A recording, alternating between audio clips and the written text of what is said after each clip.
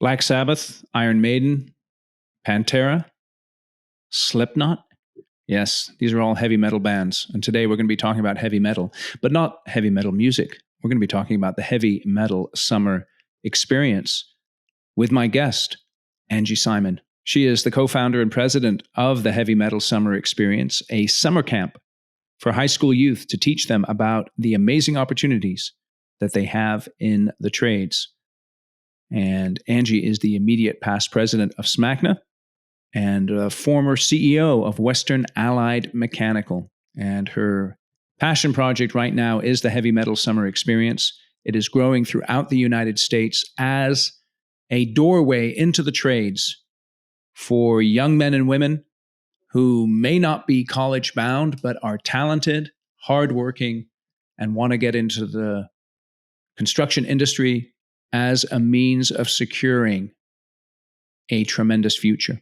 Angie dives into how the Heavy Metal Summer Experience came to be, the structure of it, and how other industries in the construction trades, other different subcontracting trades, even general contractors, could take this model of the Heavy Metal Summer Experience and use it to attract people into construction.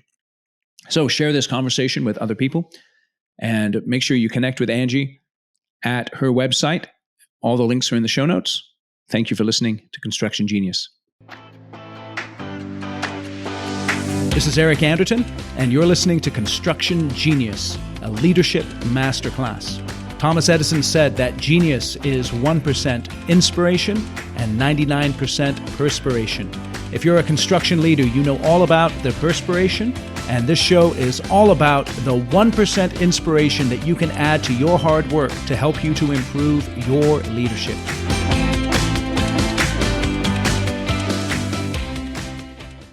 Angie, welcome back to Construction Genius. Thank you, Eric. I really appreciate being here. It's my pleasure. Today we're going to talk about the Heavy Metal Summer Experience, and it's all things workforce development. So please tell us all about the Heavy Metal Summer Experience. I'm happy to, Eric. So let me pull back a couple years, and yeah. I was at Western Allied and was working. It was 2020 during the pandemic, and my partner and I were talking about his older son, who at the time was 14, who he's just not meant for high. He kind of predicted that he wasn't interested in college and school wasn't his thing. Yep. But this young man started taking some art classes in the shop in 2019 in a welding shop in Oakland and loved welding. So in 2020, during the pandemic, my partner during the summer set up this young man to take some welding from our shop superintendent. And the young man, my shop superintendent, said he is a better welder than most of my guys. Wow. At 14. So it was impressive. But my partner and I started talking about the fact that, man, there's so many kids out there that don't know what they can get in the construction industry and what a great career a job in the trades is.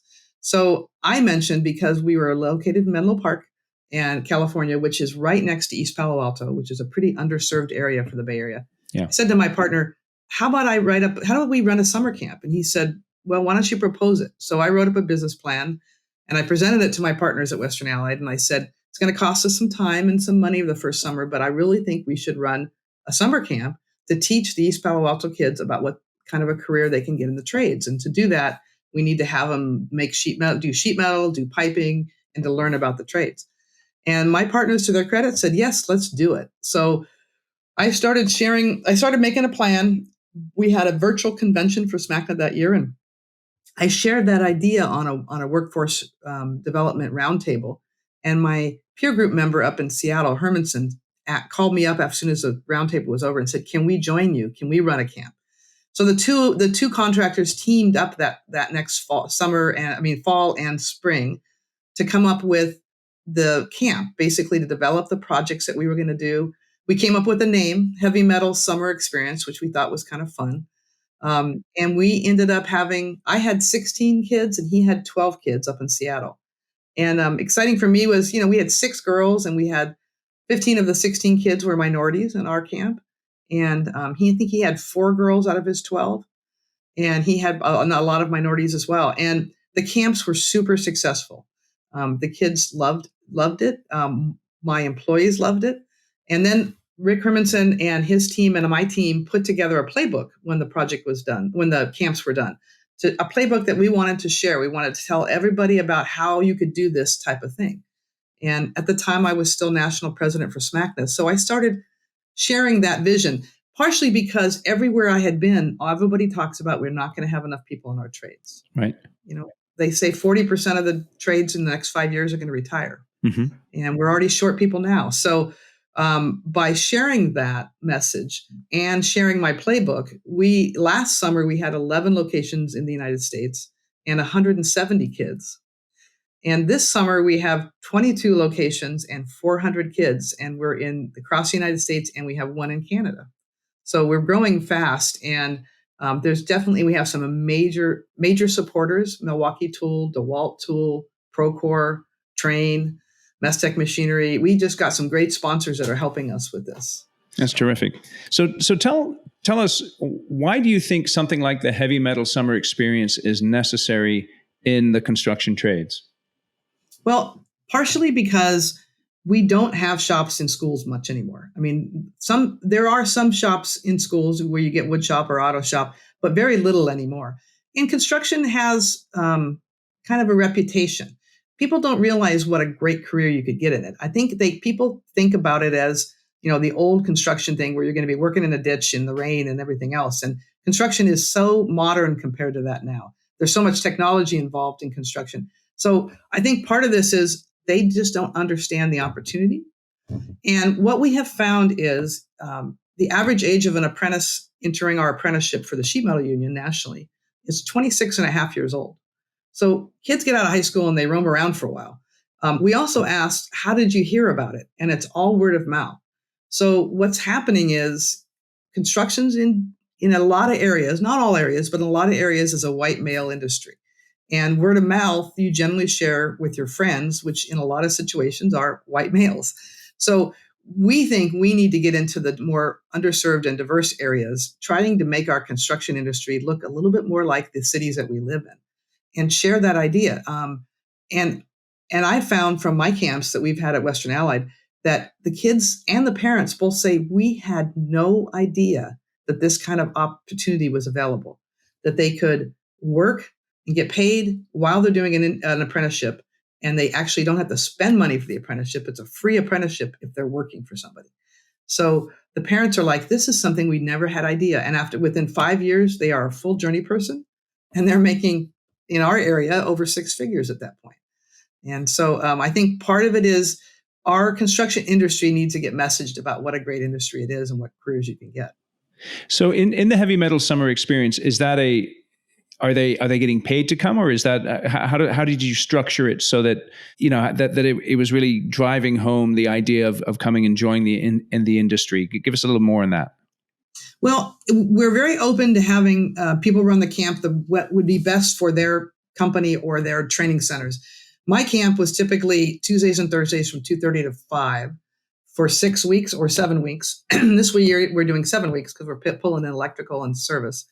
But there's no cost to the kids to come to the camp. I see. When they get to the camp, Heavy Metal provides them. We have raised money to provide them Red Wing boots, so they get a set of boots. They get PPE that Milwaukee and DeWalt help us with. So they get their glasses and their gloves and their vests. They get T-shirts that we provide them. But also at the end of the camp, they walk away with a bag of tools. So Milwaukee and DeWalt have become really great partners.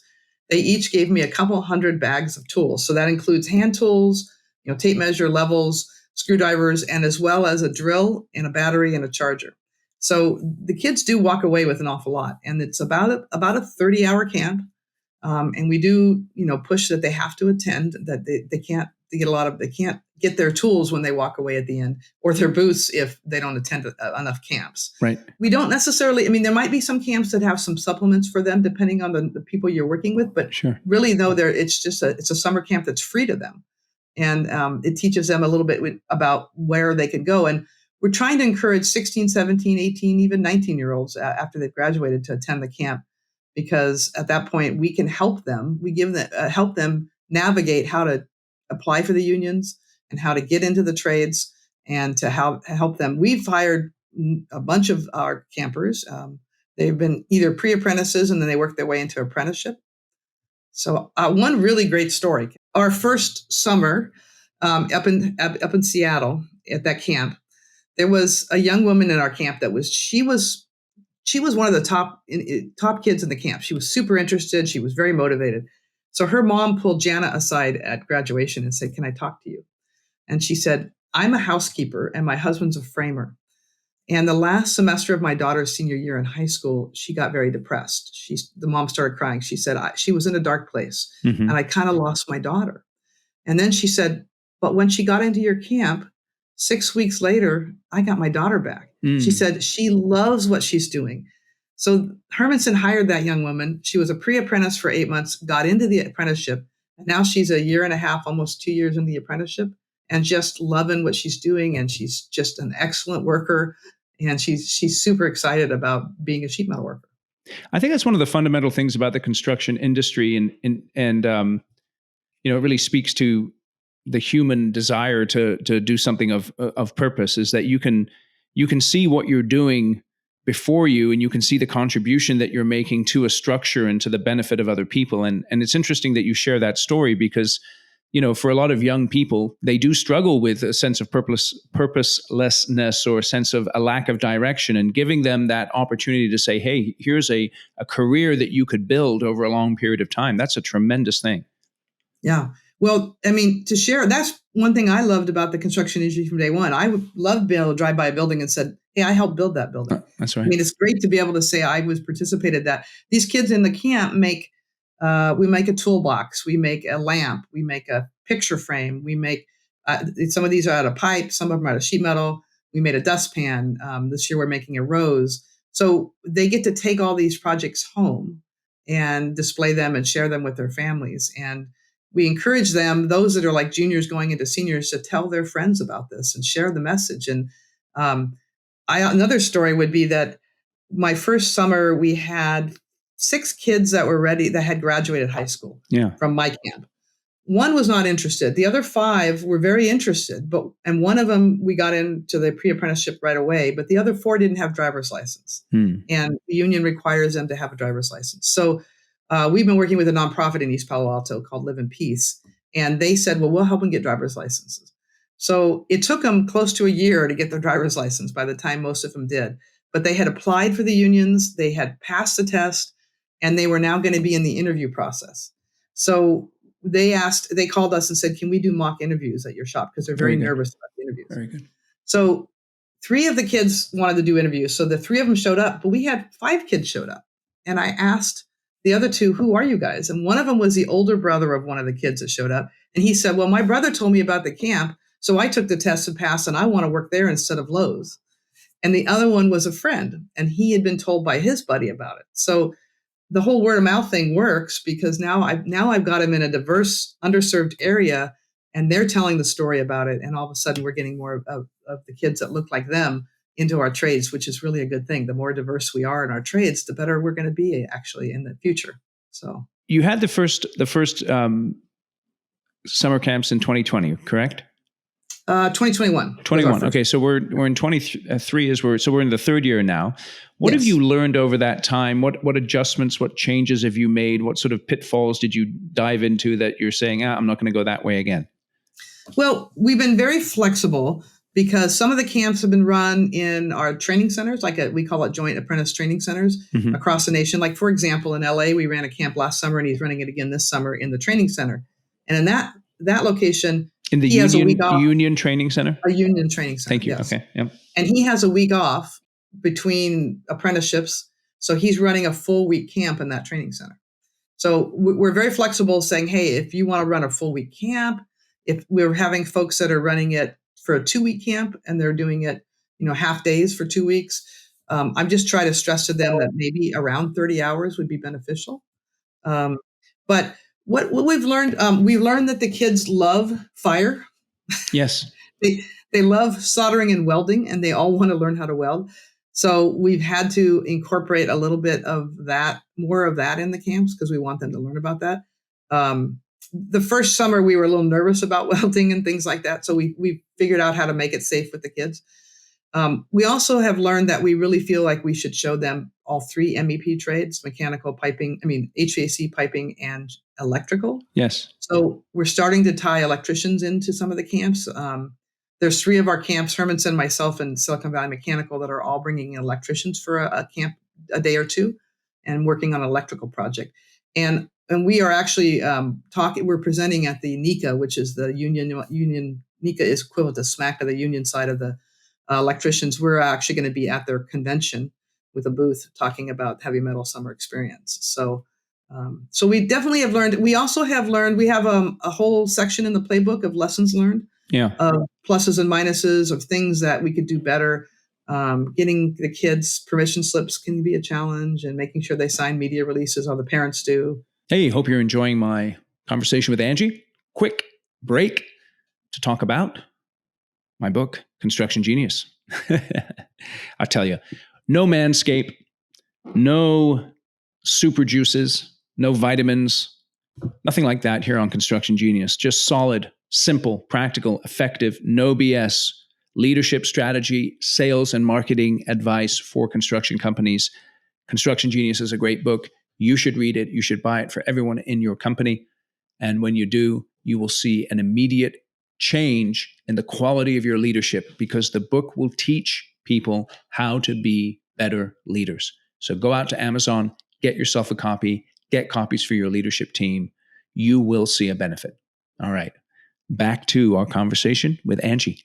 So would you recommend, let's say a company wants to do something like this, would you recommend dedicating one person to it? How would you go about the logistics of it?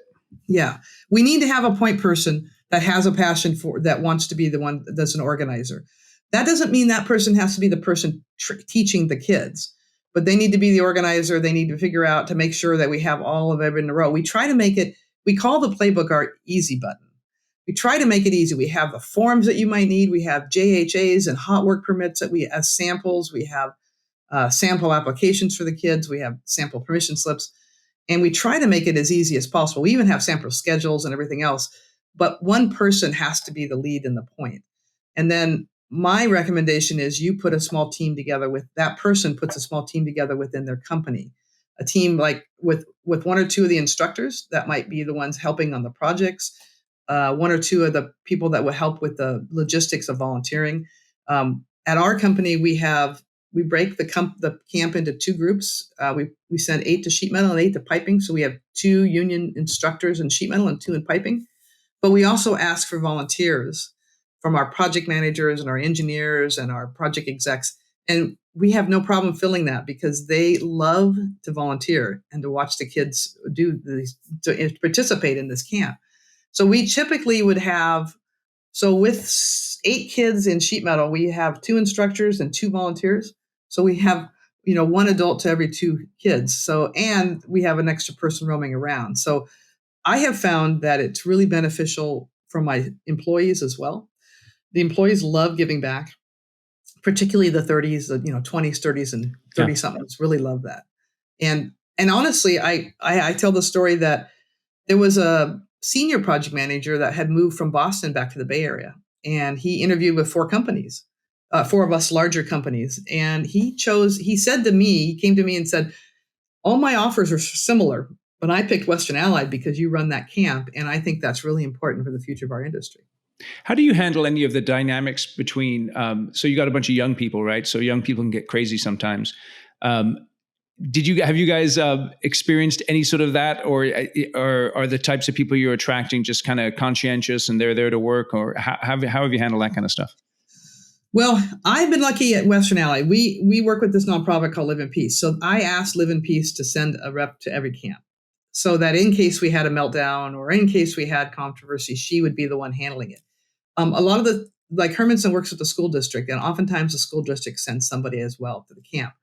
But those that don't, then usually that point person is the person that's kind of there. But it does take a little bit of work to get them focused. But I will say that they get into the routine pretty quickly, and we do stress safety a lot. I mean, the first camp for sure, and then every camp we really stress it. So we make them, they have to wear jeans, and they got to tie their hair back, and I mean, there's just a lot of that. And so they seem to get the message pretty well. And we'd let them know that we also let them know what a great career and how much money they could make and everything else in the industry, that if they want to get that tool bag to take home and their boots to take home, that they need to finish this camp and pay attention. And so there has been very little. I mean, we had one camper that had to leave partway through the camp. Sure. I think her parents don't speak any English, and her mom had been having health issues, and she had to start going with her mom to all the doctor appointments. Oh. Totally understood, and we told her she could come back the next camp if she wanted to. Yep. But I mean, other than that, we've had a great attendance. The kids want to stay. What advice would you have? MEP trades. So let's say you're comparing, concrete work with MEP trades. So if I'm doing concrete, I'm going to be out on a pour, and it's going to be hot. It's extremely physically demanding work in many cases. If I'm on the rod or with the crew there, how would you recommend a construction company in those trades kind of pitch construction to the younger people, when the younger people are looking at let's say concrete work, for instance, or underground work, and saying, I don't know about that. Well, I guess it's interesting. I actually walked our camp last summer with a local Bay Area concrete underground guy, and because he was very interested in this, and he said this might be a great way to get some kids. And I said, in my mind, you can't really follow my playbook exactly, because ours is aimed for mechanical and MEP, but the whole idea could be the same. I said, like, for example, you bring the kids in, you give them an introduction, you teach them about how to lay out. I mean, teach them the 3D side or the computer side, where you lay out what you're going to pour. You calculate how much concrete you need. You show them how to order the concrete and how to set up all the purchasing. I said, find an underserved home that needs a new driveway, and that could be their project for the summer. And they could learn, they could order everything, they could design it, and then they've got to go and they frame it, and then they got to go pour it. Be a great example to show them how to do it. But I think, Eric, the technology in construction today is changing the look of construction in all avenues, in carpentry and concrete, everywhere, right? I know you still need to dig a hole, but we have tools now that do a lot of that help us with that. And I think that's the part that we need to get the message across to the kids. Procore is one of my partners for heavy metal, and they gave us this really cool link to an app where the kids can go on their phone and go to a 3D building, and through their phone they can walk through the 3D building, and they have a scavenger hunt, and they can find things, and they have to find things to answer, for the scavenger hunt. So it's a great way for them to see that, hey, I could actually be on the computer. I've got this modeling.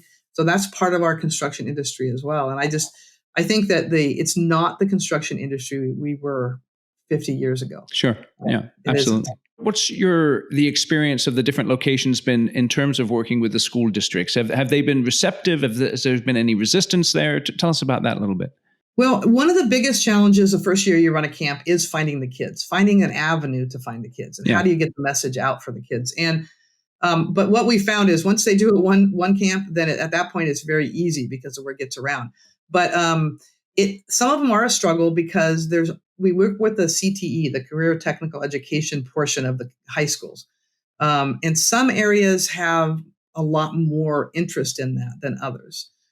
And like, for example, I know we're running a camp in Sacramento this summer. And I know that Cheryl in Sacramento SmackDown said she got a lot of applications. So she had no problem with getting enough applications. She talked to the school district and everything else, and they were very helpful with that. Some areas are a little less, they have to work a little harder to present to the schools. I've also encouraged them to work with the nonprofits, though, because the Boys and Girls Club, for example, and, like I said, I found this Live in Peace, but a lot of the nonprofits are there to help the kids find their way. And that's exactly what we're trying to do. I mean, the nonprofits are very aware that not everybody's meant for college, and that they need to have other opportunities. Yeah, that's great. That's awesome. There's a story I could tell you. There's a down in Southern California in Pomona area, we ran a camp last summer for the first time at Superior Duct Fabrication. And I guess the superintendent of schools for Laverne, her daughter was in the camp. And so they had 3 kids from that school district in the camp. And the counselor contacted me and said, the counselor from that school district said, these kids are raving about this. And my superintendent of schools is raving about this. So she said, I need to get more kids in this camp. So this summer, I think they have 12 kids from that school in the camp. And what she said was she actually convinced, she's a counselor, a school counselor, high school counselor. She convinced the school district to allow her to be the counselor for alternate careers, which I was thrilled about because most of the time you hear that counselors are trying to push kids to college, but she wants to be the counselor for alternate careers. So she's looking for all the alternate careers that kids can get into that do not include going to college. That's awesome. Yeah, they just I don't know if you've heard it up here in Sacramento. Their first year of the Capital College and Career Academy is happening, and that is that's a school that's been supported by a number of the construction companies up here. And the whole idea of it is to give people an opportunity to get a pathway into the trades through through a high school curriculum. Perfect. Yeah. I know for years we've been pushing on the legislative side to get more career tech back into schools. And we wouldn't maybe have to run these camps if we had a lot more career tech in the schools all over the nation. But so, the other thing I will tell you, I'm on a couple engineering advisory boards. I'm on the Dean's Advisory Board at Cal Poly for the School of Engineering because that's where I went. Yeah. So I'm very passionate about college as well for the people that want to go to college and meant to. Absolutely. But what we found out is a third of the kids that graduate high school go to college, and only 22% of those go to four-year colleges. So 2/3 of the kids graduating high school aren't going to college. Well, we need to figure out, and the construction industry needs to message those 2/3 of the kids and say, if you want a great career, here's one where you can do it. Yeah. There's so much opportunity there, and there's so much talent that we haven't tapped into. And so it's tremendous how this heavy metal summer experience can help to be that conduit into the industry for people who are talented and people who are interested. What are the long-term goals for the heavy metal summer experience? Well, I have to tell you, it's a little overwhelming where we're going already. I mean, I did not anticipate this. As you know, I recently retired from Western Allied, thinking I was going to retire, but now I'm like practically full-time trying to run this program with a few partners. But I do think until we don't have a problem with workforce development, the idea of asking contractors and training centers to have some skin in the game and to put on these camps is something that should continue to happen. Yeah. So, I anticipate my goal. I've already got probably close to 50 camps interested or hosts interested for next summer, which probably would take us to about 800 kids. So I don't know. I mean, we're working on scaling up and trying to figure that out. I'd also be happy to share the idea with other, like, for example, steel or carpentry. But again, that might not come through heavy metal. We raise the money for the boots and we work with our partners. I mean, a lot of our trade partners, such as my sponsors, understand that we need to get people into our trades to continue construction. So it's been great that we get that support. And now we need to continue to do that. We need to continue to work with write up some grants and get some money to help with all that. To go from 400 kids to 800 kids will be a lot of tool bags. So yeah, that would be definitely. So we're going to have links in the show notes to the heavy metal summer experience so people can get in touch with you, Angie. Great. So if someone's going to start something like this in their industry, give us just your top 3 tips or top 3 words of advice as we're getting started. Well, I think look at our playbook to come up with an idea of the sequence of what you have to do to be able to envision the camp.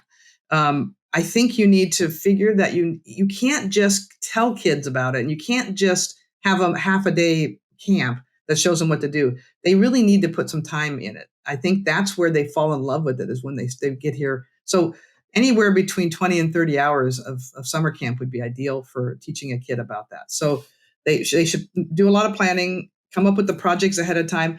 My group actually tested the projects. I mean, my guys, they made the project themselves to see how long they'd take. One of them brought their daughter in to help him make the project to see how long it would take her to make it. So you have to have an idea how long the project takes to do. And then just try to make them fun. I mean, we make a big deal about graduation as well. Yes. So we have our graduation, for example, we make it a company function. So we have 150 people attend their graduation. That's wonderful. We have big, food, we have ice cream truck, and they get all kinds of great, certificates. That's where they show their projects. So we need to make them aware that what they just achieved is a great thing.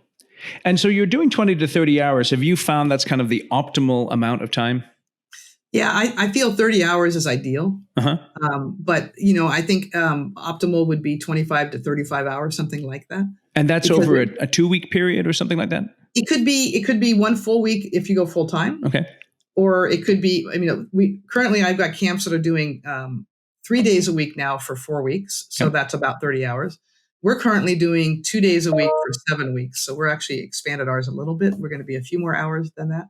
We wanted to add more a little welding and all that kind of thing. But yes, I think ideally somewhere between 25 and 35 hours would be ideal. Excellent. Excellent. And what's the best way for folks to get in touch with you if they wanted to have a further conversation about this? Well, we have a website. So we are an official 501c3 nonprofit. And our website's www.hmse.org. So it's Heavy Metal Summer Experience. So hmse.org. I've got an email on that website. So you can email me, but check out on our website, we have 2 great videos we did from the first year and the second year, and they're really fun to watch. And you really get an idea how excited the kids were and actually the teachers too, because those that volunteer and teach are just at the end of the camp, they're like, this was so great to see the kids' eyes. I think that's one of the keys right there is that you'll spark in your people by doing something like this, that genuine appreciation and love for these kids, and also give them a return as well, your own people a return just by giving back in that particular way. Right. And we're finding that people have heard about it. And a lot of the union sheet metal and pipe fitters that are retired are hearing about it, and they say, can I come and be an instructor? Let's see, there you go. Really, it really is something that I think people are excited about doing. And once they're there, they really enjoy it. And I do think that it's a benefit for the companies as well. And it's really exciting. I've already we started a few camps last week, and a bunch of them are starting this week coming up. And I've already gotten some emails from brand new camps that started last week and said, this is great. It's so much fun. And I know how much work it is, but it's really great to see them be excited about hosting the camps. Awesome. Awesome. Well, Angie, really appreciate your time. Thank you for coming on and talking about the Heavy Metal Summer Experience. And I wish you all the best. I appreciate you helping me advertise it. So thank you for listening to my conversation with Angie. Feel free to surf out to the website, HM as in Mary, S as in Sam, E as in Eric.org to check out the Heavy Metal Summer Experience. Watch those videos of the kids having a great time. And then feel free to reach out to Angie.Simon@hmse.org. I know she is very generous with her time, and she'd be happy to give you a breakdown of what they have done to build the Heavy Metal Summer Experience and how you might take that playbook and use it in your industry, in your location, to attract talent into the construction industry. Thank you for listening to Construction Genius.